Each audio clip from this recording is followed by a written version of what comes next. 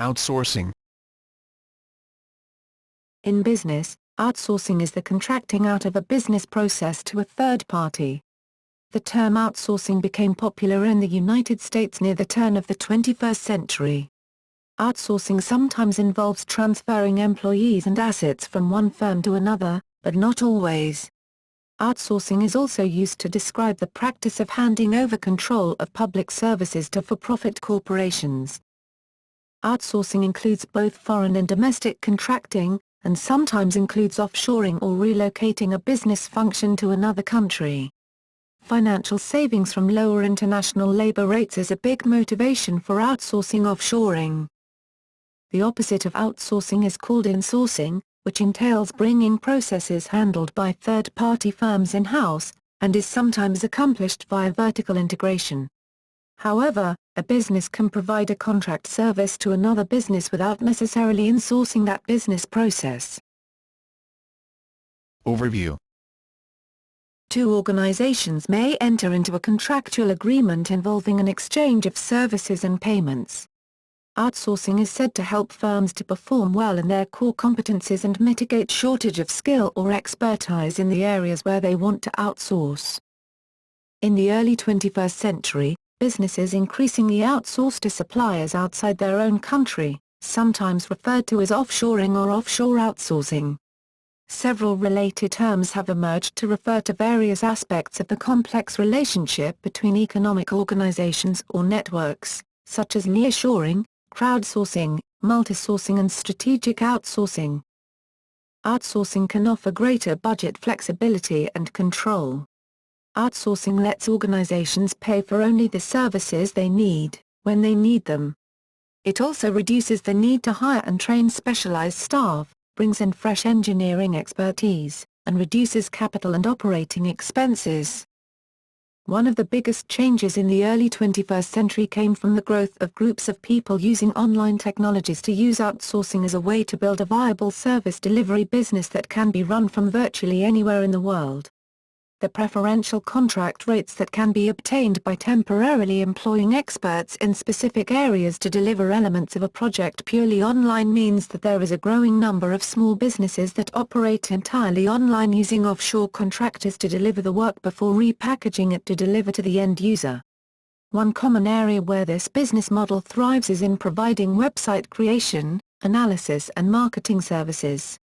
All elements can be done remotely and delivered digitally, and service providers can leverage the scale and economy of outsourcing to deliver high-value services at reduced end customer prices. Reasons for outsourcing. Companies primarily outsource to avoid certain costs, such as peripheral or non-core business expenses, high taxes, high energy costs, excessive government regulation mandates, production and/or labor costs. The incentive to outsource may be greater for U.S. companies due to unusually high corporate taxes and mandated benefits, like Social Security, Medicare, and Safety Protection, OSHA regulations. At the same time, it appears U.S. companies do not outsource to reduce executive or managerial costs. For instance, executive pay in the United States in 2007 was more than 400 times more than average workers, a gap 20 times bigger than it was in 1965. In 2011, 26 of the largest U.S. corporations paid more to CEOs than they paid in federal taxes. Such statistics imply that the reason companies outsource is not to avoid costs in general but to avoid specific types of costs. One strong reason for outsourcing is the lack of available resources locally. This is particularly true for IT outsourcing, where the U.S. has a lack of available resources. This knowledge gap can be felt more outside major cities. Implications. For business. Management processes. Greater physical distance between higher management and the production floor employees often requires a change in management methodologies, as inspection and feedback may not be as direct and frequent as in internal processes. This often requires the assimilation of new communication methods such as voice over IP, instant messaging, and issue tracking systems, new time management methods such as time tracking software, and new cost and schedule assessment tools such as cost estimation software. Communications and customer service. In the area of call centers, end-user experience is deemed to be of lower quality when a service is outsourced. This is exacerbated when outsourcing is combined with offshoring to regions where the first language and culture are different. Foreign call center agents may speak with different linguistic features such as accents, word use and phraseology, which may impede comprehension. The visual cues that are missing in a telephone call may lead to misunderstandings and difficulties. Security. Before outsourcing, an organization is responsible for the actions of their entire staff, sometimes a substantial liability. When these same people are transferred to an outsourcer, they may not even change desks. But their legal status changes. They are no longer directly employed by, and responsible to, the organization. This creates legal, security and compliance issues that are often addressed through the contract between the client and the suppliers. This is one of the most complex areas of outsourcing and sometimes involves a specialist third-party advisor. Fraud is a specific security issue as well as criminal activity, whether it is by employees or the supplier staff. However, it can be disputed that fraud is more likely when outsourcers are involved, for example credit card theft when there is the opportunity for fraud by credit card cloning. In April 2005, a high-profile case involving the theft of $350,000 from 4 Citibank customers occurred when call center workers acquired the passwords to customer accounts and transferred the money to their own accounts opened under fictitious names. Citibank did not find out about the problem until the American customers noticed discrepancies with their accounts and notified the bank. Insourcing. Outsourcing has gone through many iterations and reinventions.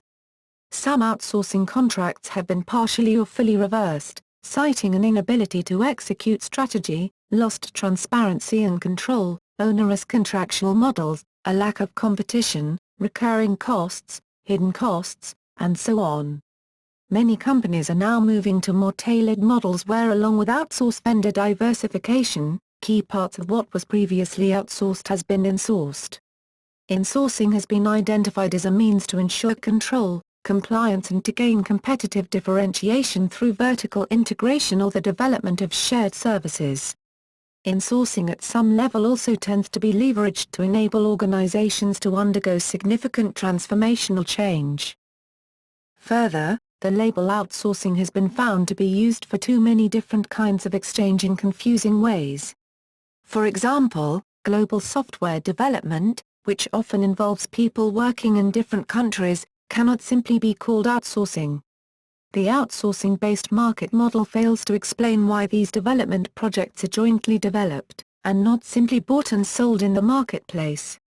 Recently, a study has identified an additional system of governance, termed algocracy, that appears to govern global software projects alongside bureaucratic and market-based mechanisms. The study distinguishes code-based governance system from bureaucracy and the market, and underscores the prominent features of each organizational form in terms of its ruling mechanism, bureaucracy, legal rationale, the market, price, and algocracy, programming or algorithm. So, global software development projects, though not insourced, are not outsourced either. They are in between, in a process that is sometimes termed remote insourcing. Projects are developed together where a common software platform allows different teams around the world to work on the same project together. Standpoint of labor. From the standpoint of labor, outsourcing may represent a new threat, contributing to worker insecurity, and is reflective of the general process of globalization and economic polarization, economics. On June 26, 2009, Jeff Immelt, the CEO of General Electric, called for the United States to increase its manufacturing base employment to 20% of the workforce, commenting that the U.S. has outsourced too much and can no longer rely on consumer spending to drive demand. Standpoint of government. Western governments may attempt to compensate workers affected by outsourcing through various forms of legislation. In Europe, The Acquired Rights Directive attempts to address the issue. The directive is implemented differently in different nations. In the United States, the Trade Adjustment Assistance Act is meant to provide compensation for workers directly affected by international trade agreements. Whether or not these policies provide the security and fair compensation they promise is debatable. Policy-making strategy. A main feature of outsourcing influencing policymaking is the unpredictability it generates regarding the future of any particular sector or skill group. The uncertainty of future conditions influences governance approaches to different aspects of long-term policies. Competitiveness strategy. Economic growth requires change, therefore a governance disposed to helping social and economic structures adapt to the changing environment will facilitate growth and a stable transition to new economic structures, until the economic structures become detrimental to the social, political and cultural structures. In less economically developed countries, policies which embrace the global phenomenon of outsourcing are a logical response to the ongoing movement towards open markets and trade liberalization. Outsourcing, when interpreted as a trade phenomenon, complements trade liberalization strategies not only by promoting technological spillovers and capital inflows but also by offsetting the increasing levels of unemployment which result from opening up domestic markets. As prices adjust to those in the global market, they no longer reflect domestic productivity, driving lower productivity firms in the previously protected sectors out of business. Economic theorists argue that the resulting unemployment is only temporary as workers readjust and are eventually incorporated into the country's most productive sectors, namely those which enjoy a competitive edge over other players in the international market. Nonetheless, rapid liberalization of markets in developing nations has not maximized the productivity potential of the region. In the Global South, where technological development is drastically lower than in the North, the redeployment of human and capital resources into new export markets has not come at the cost of necessarily low productivity sectors but rather underdeveloped ones. In other words, many of the previously protected sectors were not competitive yet on a global scale, not because they naturally lacked the comparative advantage, but because industry efficiency had not yet been reached. In such cases where liberalization stunts the growth of potential industries, unemployment is a reflection of many underemployed resources. Outsourcing fills in the gap of receding protected national industries, improving employment and living standards. Among other economic externalities, outsourcing promotes capital inflows and infrastructure. In Mexico, wage convergence was faster in cities where outsourcing first took hold through maquiladoras, along the U.S.-Mexican border. Studies suggest that for every 10% increase in U.S. wages, northern cities in Mexico which are most influenced by outsourcing would experience wage rises of 2.5%, about 0.69% higher than in inner cities. Corruption and reduced tax revenues after signing the NAFTA treaty have limited the economic resources available to the Mexican government, thus explaining the difference in investment policies between Mexico and China. Conversely, one of the successes of Asian countries in the 20th century has been their promotion of higher rates of saving and investment. Studies suggest that the increase in capital input fueled the Asian miracle rather than improvements in productivity and industrial efficiency. Though the previous conclusion suggests production conditions in the region remained static, the situation in East Asia experienced rapid transformations. Not only were national educational rates raised drastically, but there was also an increase in patenting and research and development expenditures.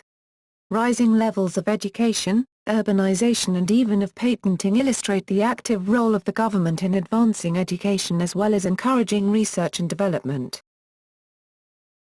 Education strategy. Jobs become outsourced not based on the skill level group it represents, but rather based on a variety of other factors including transportation cost of ideas, wage and labor productivity edge. Because of the overall uncertainty regarding the future dynamics of outsourcing, it is not possible to predict the nature of labor demand in different regions. To better prepare the domestic workforce to future industry demands, therefore, National education programs ought to focus on flexibility and diversity of skills rather than on any specific task-oriented skills. Emphasis should go on preparing students both to succeed in non-habitual tasks and to adapt to changes in labor demands in the market. A specific goal that ought to be adopted is teaching students how to learn rather than teach them particular skills. This strategy would help students adapt to changing skill requirements in the future, thus reducing friction from structural unemployment. Welfare state strategy. The uncertainty regarding the domestic productivity edge renders caution a key element of governance to ensure a sustainable regional development. Together with helping the unemployed re-enter the workforce and smoothly transition into high-demand labor opportunities, potentially through retraining programs, the government should also address the socio-economic struggle and other welfare concerns of displaced employees. Negative welfare effects of outsourcing have gathered substantial public attention. The possibility of outsourcing has internationalized labor markets which used to be local, opening up jobs which were traditionally non-traded to international competition. The resulting combination of lower wages and unemployment for certain jobs has driven the perceived losers to engage in heated political debate. Labor unions in the European Union have succeeded in pushing through protectionist policies in favor of lower-skilled groups throughout the 1970s and 1980s, including the Common Agricultural Policy on farming. Interest groups opposing outsourcing have been more active to voice their disapproval because the negative outcomes of the phenomenon are more concentrated on specific groups of people, namely those losing jobs to external competition, whereas the benefits from it become dissipated among the population at large. Overall lower prices and greater quality and variety of goods in domestic markets are some of the benefits of exploiting a country's comparative advantage through outsourcing. Unlike the alleged losers from outsourcing, those affected positively by it lack the motivation to organize to voice their support. There has been a wave of protectionism concerned with deep changes in the social structure allegedly imposed on the global system through globalization and outsourcing. The activists see a readjustment of class systems and highlight an increased fracture in societies between the haves and the have-nots as different groups adjust to increasingly or decreasingly advantageous positions in the system of outsourcing. Opponents of outsourcing have also denounced it as a threat to local cultural integrity. The argument on cultural disintegration points to the standardization of practices and norms as multinational corporations become involved with industries in regions culturally different from those in the country of origin. The alleged diffusion of culture has raised concern over the endurance of cultural norms and values, socio-political institutions and frameworks, or even cultural preferences and traditions in a context of increasing foreign presence. Increased uncertainty regarding future socio-economic security ought to be met with policies promoting equality and a fair redistribution of economic gains for a government to maintain its voters' favor. Because of overall unpredictability, governments will likely need to reassure civilians that the burden of employment jobs resulting from outsourcing will be shared among taxpayers. The fluctuations in employment levels are determined by the types of jobs which can be profitably outsourced or offshored. Domestic jobs become offshored or outsourced when lower productivity in other regions is compensated by lower wages, making outsourcing profitable even despite the added costs of transportation. The overall cost-effectiveness of the spatial unbundling of the industrial process thus depends on the cost of transporting specific services or ideas given the available technology.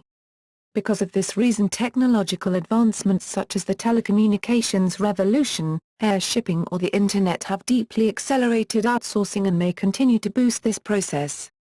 The future results of technological ingenuity and innovation are unknown, as are its potential impacts employment levels on any given task or job across regions. In the Global South, policies attracting multinational corporations can help increase employment levels and promote growth. Governments which pursue such strategies facilitate welfare protection given the context of increased unemployment in industries which cannot compete with the international market due to trade liberalization policies. Industrial policy. Outsourcing results from an internationalization of labor markets as more tasks become tradable. According to leading economist Greg Manke, The labor market functions under the same forces as the market of goods, with the underlying implication that the greater the number of tasks available to being moved, the better for efficiency under the gains from trade.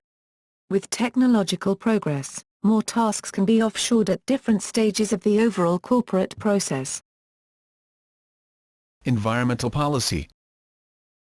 There are widespread claims that outsourcing has pushed environmental standards down in developing regions as countries compete to attract foreign projects and investment. Similar to lower wages, lower health and environmental regulations contribute to giving a country a comparative advantage over another due to lower production costs. The controversy this raises, however, is that unlike wages, lower health or environmental standards does benefit the new employees joining the workforce. Import competition has caused a de facto race to the bottom where countries lower environmental regulations to secure a competitive edge for their industries relative to other countries. As Mexico competes with China over Canadian and American markets, its National Commission for Environmental Cooperation has not been active in enacting or enforcing regulations to prevent environmental damage from increasingly industrialized export processing zones.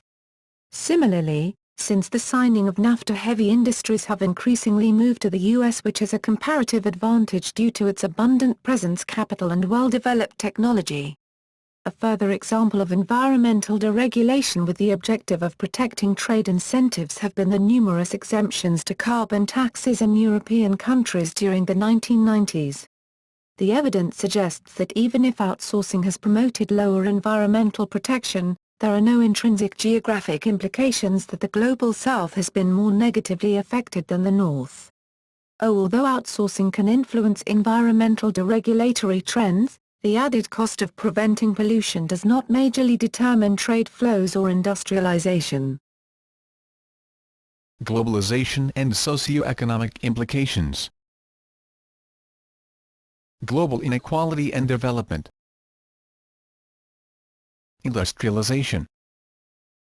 Outsourcing has contributed to further leveling of global inequalities as it has led to general trends of industrialization in the Global South and deindustrialization in the Global North. Even though outsourcing has promoted a movement of industrial sites from the Global North to Global South regions, it has not been the only reason for the concurrent deindustrialization and industrialization of the North and South respectively. Deindustrialization in more economically and technologically developed regions has also been affected by increased industrial productivity. The rise in industrial efficiency which characterized development in developed countries has occurred as a result of labor-saving technological improvements. Although these improvements do not directly reduce employment levels but rather increase output per unit of work, they can indirectly diminish the amount of labor required for fixed levels of output. Likewise, a trending shift in demand towards non-tradable services such as those in the healthcare or government sectors has further accelerated deindustrialization in the Global North. Since these tasks cannot be outsourced, the demand for them needs to be met domestically abiding by the local market price. Consequently, a shift in the labor force towards fulfilling these profitable services has mostly taken place at the expense of industry since the agricultural sector in the early industrializing Global North had already been maximizing its labor capacity. Despite the variety of domestic and international factors affecting deindustrialization in the Global North, those concerning the external influence of the global market have been the most influential ones since 1994. The recent industrialization process outsourcing has encouraged in the Global South has taken place at a much faster pace than it did during its beginnings in the North, given that the well-developed technology was already developed, and merely spread to further regions.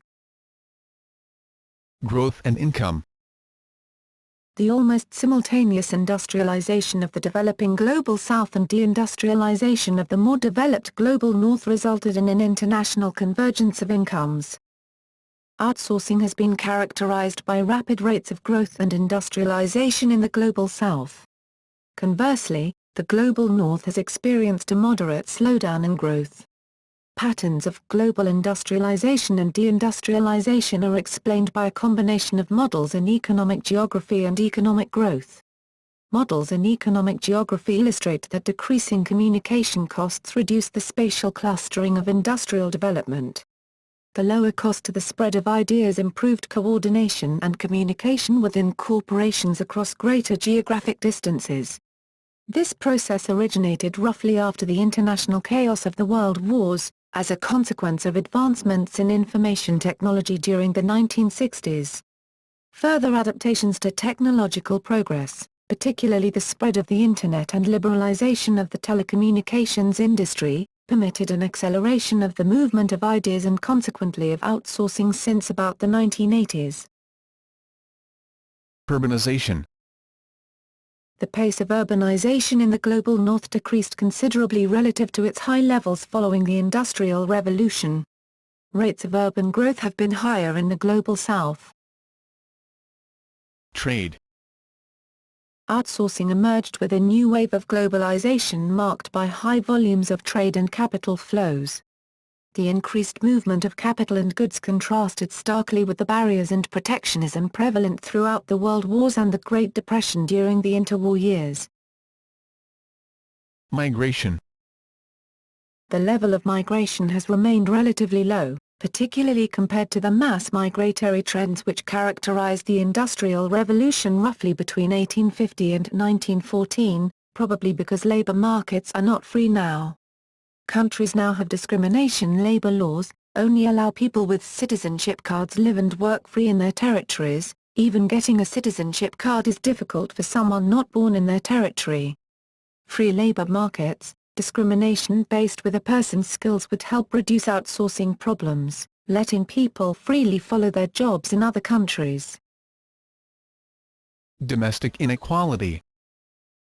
Outsourcing in the global north led to a rising divergence in domestic employment levels in different tasks within a given industry, making tackling unemployment more difficult for governments as job losses ceased to be primarily sectoral. By country. United States. Outsourcing became a popular political issue in the United States, having been conflated with offshoring, during the 2004 U.S. presidential election. The political debate centered on outsourcing's consequences for the domestic U.S. workforce. Democratic U.S. presidential candidate John Kerry criticized U.S. firms that outsource jobs abroad or that incorporate overseas in tax havens to avoid paying their fair share of U.S. taxes during his 2004 campaign, calling such firms Benedict Arnold corporations. Criticism of outsourcing, from the perspective of U.S. citizens, generally revolves around the costs associated with transferring control of the labor process to an external entity in another country. A Zogby International poll conducted in August 2004 found that 71% of American voters believed that outsourcing jobs overseas hurt the economy, while another 62% believed that the U.S. government should impose some legislative action against companies that transferred domestic jobs overseas, possibly in the form of increased taxes on companies that outsource. One prediction, from 2010, claims that, by 2014, more than 1.3 million positions will disappear because of the accelerated movement of work to India and some other countries willing to accept outsourced jobs. President Obama promoted an act titled Bring Jobs Home Act that would help reshore jobs by giving incentives such as a tax cut or a 20% tax credit for moving operations back to the USA. Union busting is one possible cause of outsourcing. As unions are disadvantaged by union busting legislation, workers lose bargaining power and it becomes easier for corporations to fire them and ship their job overseas. Another given rationale is the high corporate income tax rate in the U.S. relative to other OECD nations, and the practice of taxing revenues earned outside of U.S. jurisdiction, a very uncommon practice. However, outsourcing is not solely a U.S. phenomenon, as corporations in various nations with low tax rates outsource as well, which means that high taxation can only partially, if at all, explain U.S. outsourcing. For example, the amount of corporate outsourcing in 1950 would be considerably lower than today, yet the tax rate was actually higher in 1950. It is argued that lowering the corporate income tax and ending the double taxation of foreign-derived revenue, taxed once in the nation where the revenue was raised, and once from the U.S. will alleviate corporate outsourcing and make the U.S. more attractive to foreign companies. However, while the U.S. has a high official tax rate, the actual taxes paid by U.S. corporations may be considerably lower due to the use of tax loopholes, tax havens, and gaming the system. Rather than avoiding taxes, outsourcing may be mostly driven by the desire to lower labor costs. See standpoint of labor above. Sarbanes-Oxley has also been cited as a factor for corporate flight from U.S. jurisdiction. European Union. Where outsourcing involves the transfer of an undertaking, it is subject to Council Directive 77/187 of February 14, 1977, on the approximation of the laws of the member states relating to the safeguarding of employees' rights in the event of transfers of undertakings, businesses or parts of businesses, as amended by Directive 98/50/EC of June 29, 1998. Consolidated in Directive 2001/23 of March 12, 2001. Under that directive, rights acquired by employees with the former employer are to be safeguarded when they, together with the undertaking in which they are employed, are transferred to another employer, that is the contractor. An example of a case involving such contracting out was the decision of the European Court of Justice in Crystal Schmidt v.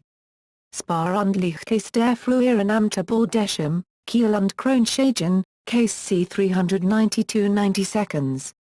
Although subsequent decisions have disputed whether a particular contracting out exercise constituted a transfer of an undertaking, see, for example, as Susan v. Zeenakage-Bodereinigung GmbH Krankenhaus Service, Case C 1395, in principle, employees of an enterprise outsourcing part of its activities in which they are employed may benefit from the protection offered by the directive. Seeking to implement the cost-cutting solutions, many Western European firms have been transferring tech projects eastward. For example, Deutsche Bank has some of its software developed in Ukraine, Siemens possess A&D Center in Romania. Europe outsourcing has produced outstanding results and henceforth they are increasing them in numbers. Despite unfavorable economic conditions from 2007 to 2009, the outsourcing services market continued to flourish in Central and Eastern European. In 2008, when the inflow of investment in Western Europe was down by 48%, it fell by only 9% in Central and Eastern Europe. In Poland alone, during 2009, the year following the global economic downturn, approximately 10,000 jobs were created in business process outsourcing, BPO. Co-sourcing. Co-sourcing is a business practice where a service is performed by staff from inside an organization and also by an external service provider. It can be a service performed in concert with a client's existing internal audit department. The scope of work may focus on one or more aspects of the internal audit function. Co-sourcing can serve to minimize sourcing risks, increase transparency, clarity and lend toward better control over the processes outsourced. Examples of co-sourcing services are supplementing the in-house internal audit staff with specialized skills such as information risk management or integrity services, providing routine assistance to in-house auditing for operations and control evaluations in peak period activity and conducting special projects such as fraud investigation or plant investment appraisals. Another example of co-sourcing is outsourcing part of software development or software maintenance activities to an external organization, while keeping part of the development in-house. Other internal business activities such as HR and administrative tasks can also be co-sourced by employee leasing companies. Identity management co-sourcing. It is an approach to enterprise identity management in which the identity service interacts directly or through some technical footprint with an organization's information technology, IT, identity backend infrastructure, directories, databases, and other identity repositories. The organization and the external service provider typically have a shared responsibility for building, hosting and operating the identity service.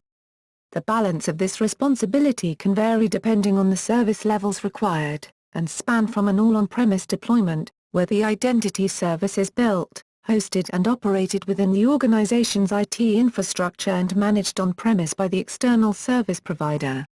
This contrasts with an all-in-the-cloud service scenario, where the identity service is built, hosted and operated by the service provider in an externally hosted, cloud computing infrastructure.